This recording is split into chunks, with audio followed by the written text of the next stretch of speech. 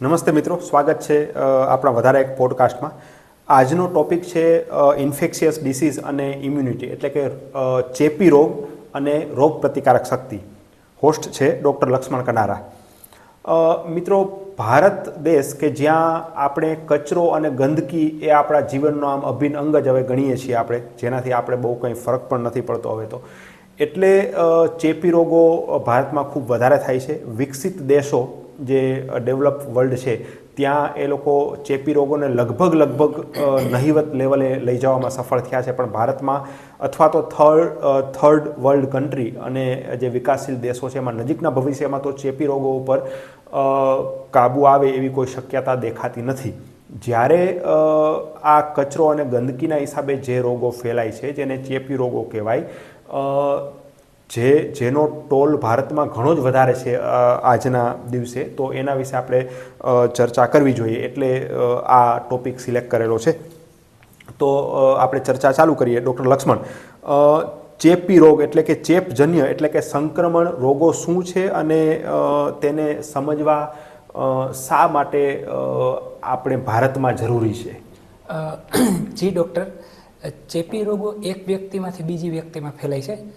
હવે મનુષ્ય, પ્રાણીઓ અને વાતાવરણમાં રહેલા રોગજન્ય જીવાણુ કે આપણા શરીરની અંદર ઉતરે છે, તે ગ્રોથ કરે અને ચેપ કરે છે. એ આપણા વ્યક્તિગત સ્વાસ્થ્યથી નહીં, પરંતુ સમગ્ર સમાજના સ્વાસ્થ્ય પર ડાયરેક્ટ અસર કરે છે. એટલા માટે જ આપણે ચેપી રોગો વિશે જાણવું, સમજવું અને અટકાવવું ખૂબ જ જરૂરી છે. એટલા માટે જ એ ખૂબ જ હલકા પણ હોઈ શકે અને જીવલેણ પણ બની શકે છે.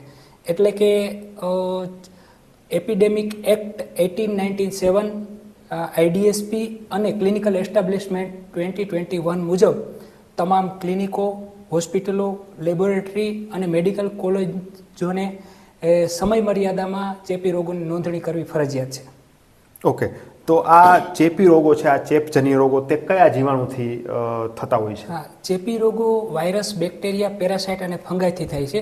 વાયરસમાં આપણે જોઈએ તો વાયરસ એક યુનિસેલ્યુલર ઓર્ગેનિઝમ છે જે ખોરાક અને ઓક્સિજન લેતા નથી, પરંતુ એ મનુષ્ય, પ્રાણીઓ, હવા, પાણી, લોહી અને ઇવન બેક્ટેરિયાને પણ સંક્રમિત કરે છે. વાયરસ ઉપર કોઈ એન્ટીબાયોટિક અસર કરતી નથી, પરંતુ અમુક એન્ટીવાયરલ ડ્રગ અવેલેબલ છે કે જે અસર કરે છે, પરંતુ વેક્સિન વાયરસ માટે ખૂબ જ અસરકારક છે. એવી જ રીતે આપણે બેક્ટેરિયામાં જોઈએ તો બેક્ટેરિયા યુનિસેલ્યુલર ઓર્ગેનિઝમ છે જે પાણી, પ્રાણીઓ, હવા, વાયુ બધેમાં હોય છે. અને બેક્ટેરિયા પોતે ખોરાક લઈ શકે છે, ઓક્સિજન લઈ શકે છે અને પ્રજનન પણ કરી શકે છે. બેક્ટેરિયા માટે, બધા જ બેક્ટેરિયા માટે એક સ્પેસિફિક દવા હોય છે જેને આપણે એન્ટીબાયોટિક કહીએ છીએ. મોટાભાગના બેક્ટેરિયા પેથોજેનિક હોય છે, પરંતુ અમુક બેક્ટેરિયા લાભદાયક પણ હોય છે, જેમ કે દૂધમાંથી દહીં બનાવવા માટે, આપણા આંતરડાની અંદર રહેલા સારા બેક્ટેરિયા કે જે પાચન ક્રિયામાં મદદ કરે, ખાતર બનાવવા માટે અને એન્ટીબાયોટિક બનાવવામાં ઉપયોગ થાય છે.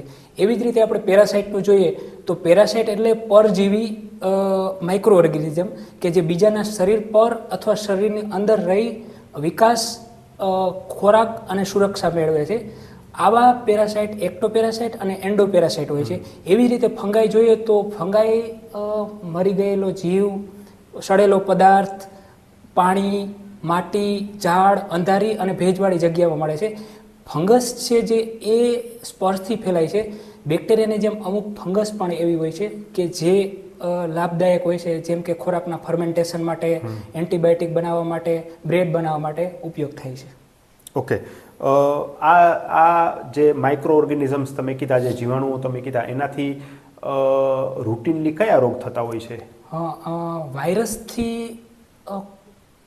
ડેન્ગ્યુ, ચિકનગુનિયા, અછબડા, ઓળી, COVID-19, સ્વાઇન ફ્લૂ, હિપેટાઇટિસ અને એડ્સ જેવા ચેપી રોગો થતા હોય છે. એવી જ રીતે બેક્ટેરિયામાં જોઈએ તો કોલેરા, ટાઇફોઇડ, ન્યુમોનિયા, મેનિન્જાઇટિસ અને ટીબી જેવા રોગો થતા હોય છે.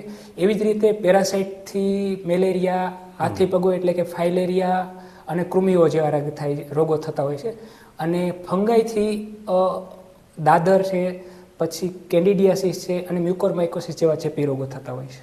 ઓકે, ઇન્ફેક્શન એટલે કે ચેપ અને ડિસીઝ એટલે કે રોગ, આ બે વચ્ચે ડિફરન્સ શું છે? જી ડૉક્ટર, ચેપ એટલે કે જ્યારે જીવાણુઓ આપણા શરીરની અંદર ઉતરે, ગ્રોથ કરે છે અને ચેપ કરે છે, તેને ઇન્ફેક્શન કહેવાય છે. એવી જ રીતે આ જીવાણુઓથી જ્યારે આપણા શરીરમાં લક્ષણો દેખાય છે ત્યારે એને ડિસીઝ અથવા રોગ કહેવાય છે. પરંતુ ક્યારેક અમુક વ્યક્તિઓમાં જીવાણુઓ હોય છે પરંતુ એમાં લક્ષણો દેખાતા નથી, એને કેરિયર કહેવાય છે. એવી જ રીતે જ્યારે જીવાણુઓ આપણા શરીરની અંદર ઉતરે અને જે લક્ષણ દેખાય એ સમયગાળાને આપણે ઇન્ક્યુબેશન પીરિયડ કહીએ છીએ. ઓકે. આ ઇન્ફેક્શન એટલે કે ચેપ કેવી રીતે ફેલાય રૂટીનલી? જી સાહેબ, ચેપ ફેલાવવા માટે છે એક આખી ચેઇનની પ્રોસેસ હોય છે. એમાં જે 6 કડીઓ હોય છે, જેમાં આપણે જોઈએ તો ઇન્ફેક્શન, રિઝર્વોયર, પછી portal of exit, mode of transmission, portal of entry અને સસેપ્ટિબલ. હવે આ બધા ઇન્ફેક્શન જે માઇક્રો ઓર્ગેનિઝમ છે એ કોઈ એક સ્ત્રોત એટલે કે રિઝર્વોયરમાં, જેમ કે મનુષ્ય, પ્રાણીઓ, માટી અને પાણીમાં હોય છે. હવે એની બહાર થૂંકવાથી, ઉલટી, ઝાડા, ઉધરસથી, પછી લોહીથી, ઘાથી બહાર નીકળે છે. એનું ટ્રાન્સમિશન એટલે કે એ હવામાં ફેલાય છે, ખોરાક અને પાણી દ્વારા ફેલાય છે, લોહી દ્વારા મચ્છર કરડવાથી ફેલાય છે. હવે એનું એન્ટ્રી આપણા શરીરની અંદર મોઢામાંથી, નાકમાંથી, કાનમાંથી, ચામડીમાંથી કે ઘામાંથી અથવા મચ્છર કરડવાથી થાય છે. સસેપ્ટિબલ એટલે કે સંવેદનશીલ જોઈએ આપણે તો બાળકો છે, વૃદ્ધો છે, સગર્ભા માતા છે, પછી અમુક ક્રોનિક ડિસીઝ જેવા કે ડાયાબિટીસ છે, કેન્સર છે અને HIV-માં વધારે સંવેદનશીલ છે, એમાં ચેપી રોગો વધારે ફેલાય છે. ઓકે. તો ડૉક્ટર, ચેપજન્ય રોગો છે એ પાણી અને ખોરાકથી ફેલાય છે, તો એ કેવી રીતે ફેલાય પાણી અને ખોરાકથી? જી સર, જ્યારે ગંદુ પાણી હોય, બગડેલો, વાસી અથવા ખુલ્લો ખોરાક હોય, હાથ ધોયેલા ના હોય, ત્યારે એમાં રહેલા માઇક્રો ઓર્ગેનિઝમ આપણા શરીરમાં જાય છે અને ચેપ ફેલાવે છે. સામાન્ય રીતે આવા રોગો દેખાતા નથી, પરંતુ આખા ઘરને બીમાર કરે છે. ઓકે. અને પાણી અને ખોરાકથી થતા રોગો ક્યાં ક્યાં છે અને એના લક્ષણો શું શું હોય? તો આપણે ખોરાક અને પાણીથી ફેલાતા ચેપી રોગોમાં જોઈએ તો કોલેરા, ટાઇફોઇડ, હિપેટાઇટિસ અને ફૂડ પોઈઝન જેવા રોગો થાય છે. હવે આ ઓર્ગેનિઝમ જ્યારે આંતરડામાં જાય ત્યારે આંતરડાના ફંક્શનને અલ્ટર કરે એટલે કે ચેન્જ કરે છે.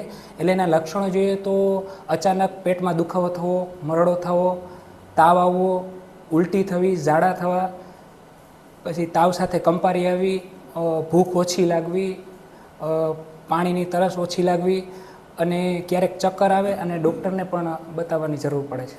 તો પાણી અને ખોરાકથી થતા રોગોને આપણે અટકાવવા માટે શું શું પગલાં લઈ શકીએ?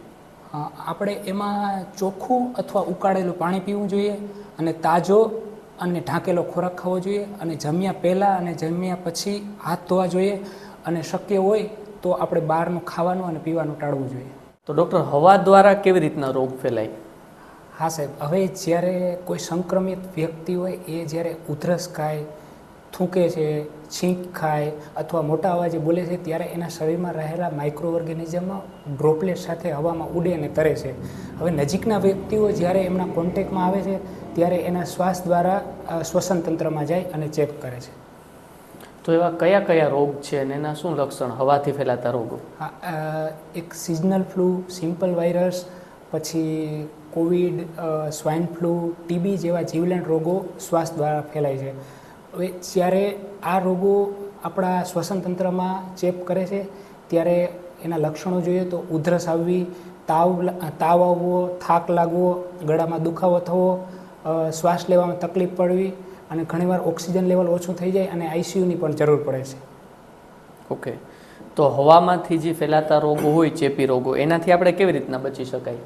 એમાં આપણે જ્યારે ઉધરસ અને છીંક ખાતા હોય ત્યારે આપણે મોઢું અને નાક ઢાંકવું જોઈએ, માસ્ક પહેરવું જોઈએ, વારંવાર હાથ ધોવા જોઈએ, ભીડવાળી જગ્યામાં જવાનું ટાળવું જોઈએ અને રસી લેવી જોઈએ. જરૂરી રોગોની આપણે રસી લેવી જોઈએ. ડૉક્ટર, મચ્છરજન્ય રોગો કઈ રીતે ફેલાય છે? મચ્છર જ્યારે કોઈ સંક્રમિત વ્યક્તિને કરડે છે ત્યારે એ વ્યક્તિના લોહીમાં રહેલા વાયરસ અને પેરાસાઇટ મચ્છરના પેટમાં જાય છે, ત્યાં વિકાસ પામે છે. હવે આ મચ્છર જ્યારે સ્વસ્થ વ્યક્તિને કરડે છે ત્યારે એ વ્યક્તિના શરીરમાં ચેપ લાગે છે. મોટા ભાગે આવા ચેપજન્ય રોગો સ્થિર પાણીમાં જન્મેલા મચ્છરોથી થાય છે. જેમ કે આપણા ઘરમાં ભરેલા ટાંકામાં પાણી, કુંડું, ફ્રીજ કે કુલરમાં ભરેલું પાણી અથવા વરસાદ પછીના ખાબોચિયા. એવી જ રીતે જોઈએ તો જે મેલેરિયા છે એ ગંદા પાણીના મચ્છરથી ફેલાય છે અને ડેન્ગ્યુ છે એ શુદ્ધ પાણીના મચ્છરથી ફેલાય છે. તો ડૉક્ટર મચ્છરજન્ય રોગો હોય છે એ કયા કયા છે ને એના લક્ષણ શું હોય? અલગ અલગ રોગો અલગ અલગ મચ્છરથી ફેલાય છે, જેમ કે એનોફિલિસથી મેલેરિયા, પછી એડિસથી ચિકનગુનિયા અને ડેન્ગ્યુ અને ક્યુલેક્સથી ફાઇલેરિયા જેવા ચેપી રોગો ફેલાય છે. એના લક્ષણો જોઈએ તો અચાનક તાવ આવવો, તાવ સાથે ટાઢ આવવી, કળતર થવી અને ટિપિકલ આંખ પાછળ માથામાં દુખાવો થવો, સાંધા જકડાઈ જવા. અને જો પ્રોપર ડેન્ગ્યુ અને મેલેરિયામાં સારવાર આપવામાં ના આવે તો ઘણીવાર આઈસીયુમાં દાખલ થવું પડે અને જીવલેણ પણ બને છે. બરાબર. તો આ મચ્છરજન્ય રોગોથી બચવા માટે આપણે શું કરી શકીએ? સૌથી પહેલાં તો આપણે સ્વચ્છતા રાખવી જોઈએ. પછી જે આપણા ઘરમાં પાણી ભરેલા હોય છે એ દર અઠવાડિયે સાફ કરવા જોઈએ, દવાનો છંટકાવ કરવો જોઈએ, મચ્છરદાની, મોસ્કિટો રિપેલેન્ટ અને ક્રીમ લગાવવી જોઈએ. અને જ્યારે મચ્છરનો ઉપદ્રવ વધે ત્યારે ફૂલ સ્લીવના કપડાં પહેરવા જોઈએ. એમાં પણ સવારના ટાઈમે અને સાંજના ટાઈમે ખાસ કાળજી રાખવી જોઈએ. બરાબર. ડૉક્ટર, આપણે હવા અને મચ્છરથી ફેલાતા રોગોની વાત કરી, તો હવે લોહી અને યૌન સંબંધથી કયા કયા ચેપી રોગો ફેલાય છે? અમુક વાયરસ સાહેબ એવા હોય છે કે જે સેલની અંદર લાંબો ટાઈમ રહે છે. હવે આમાં આપણે જોઈએ તો એડ્સ છે એ HIV નામના વાયરસથી ફેલાય છે. એવી જ રીતે ઝેરી કમળો કે જે હેપેટાઇટિસ B અને Cથી ફેલાય છે અને સિફિલિસ ફેલાય છે. પરંતુ આવા રોગોથી ડરવાની જરૂર નથી, જવાબદારી વર્તવાની જરૂર છે. આવા રોગોમાં શરૂઆતમાં કોઈ લક્ષણ હોતા નથી, પણ જો એની યોગ્ય સારવાર લેવામાં ના આવે તો ધીમે ધીમે આપણી ઇમ્યુન સિસ્ટમને નબળી પાડે છે. ઓકે. અને HIV, HB, CG એટલે હેપેટાઇટિસ અને VDRL એ લગભગ સગર્ભા બહેનોને એ ફરજિયાતપણે હવે એની તપાસ કરવામાં આવે છે એના માટે. હવે આ ચેપી રોગો ક્યારે નથી ફેલાતા કે શું ગેરમાન્યતાઓ છે? જ્યારે આવા રોગોનું નિદાન થાય ત્યારે સમાજમાં એક મોટો ડર પેદા થાય છે. પરંતુ આવા રોગો હાથ મિલાવવાથી, સાથે બેસવાથી, સાથે જમવાથી, છીંક કે ઉધરસથી અથવા તો કોઈ મચ્છર કરવાથી આવા ચેપી રોગો થતા નથી. એટલે ડરવાની કાંઈ જરૂર નથી. ટૂંકમાં એમને અળગા કરવાની જરૂર નથી. ઓકે. અને આવા રોગોથી બચવા માટે કયા કયા પગલાં ભરવા જોઈએ? સુરક્ષિત યૌન વ્યવહાર સાથે આપણા હેલ્થકેર સિસ્ટમમાં જોઈએ તો નવી સિરિંજ અને નીડલ વાપરવી જોઈએ, સેફ બ્લડ ટ્રાન્સફ્યુઝન કરવું જોઈએ, શંકા હોય ત્યારે તપાસ એટલે કે લેબોરેટરી ટેસ્ટ કરાવવી જોઈએ અને હેપેટાઇટિસ બીની વેક્સિન મુકાવવી જોઈએ. Thank you. તો આ તો આપણે રોગોની વાત થઈ. તો હવે આ જે ચેપી રોગો છે એમાં લેબોરેટરીનું શું મહત્વ હોય છે? હા, હવે જ્યારે સમાજમાં આવા રોગો ફેલાય છે ત્યારે સૌથી મોટો પ્રશ્ન એ થાય કે આ ચેપી રોગો ક્યાં હશે. લક્ષણો કોમન હોય છે, પરંતુ આવા રોગોનું લેબોરેટરી દ્વારા નિદાન કરવું ફરજિયાત છે. એટલા માટે યોગ્ય સમયે યોગ્ય તપાસ કરવાથી આવા ચેપી રોગો અટકાવી શકાય છે. અને એ જે ચેપી રોગો છે એના માટે કયા સેમ્પલ લેવામાં આવે છે? મોટા ભાગે જે કોમન ચેપી રોગો છે એ આપણા લોહી અને પેશાબના રિપોર્ટમાં નિદાન થઈ જતા હોય છે. પરંતુ અમુક એવા ચેપી રોગો જીવલેણ છે કે જેના માટે સાઇટ સ્પેસિફિક સ્પેસિમેન એટલે કે સ્પેશિયલ સેમ્પલ લેવામાં આવે છે. જેમ કે રસી, સલાઈવા, મળ, પછી CSF, ફેફસાનું પાણી, પેટમાંથી પાણી અને નેઝોફેરિન્જિયલ સ્વાબ લેવામાં આવે છે. ઓકે. અને આ જે આપણે સેમ્પલ લીધા તો લેબોરેટરીમાં એની કઈ કઈ તપાસ કરવામાં આવે છે? હા, કોમન ચેપી રોગો બેઝિક ઇન્વેસ્ટિગેશન એટલે કે CBC, ESR, CRP, microscopy, antigen, antibody અને વાયરલ લોડમાંથી મોટાભાગના રિપોર્ટ નિદાન થઈ જતા હોય છે.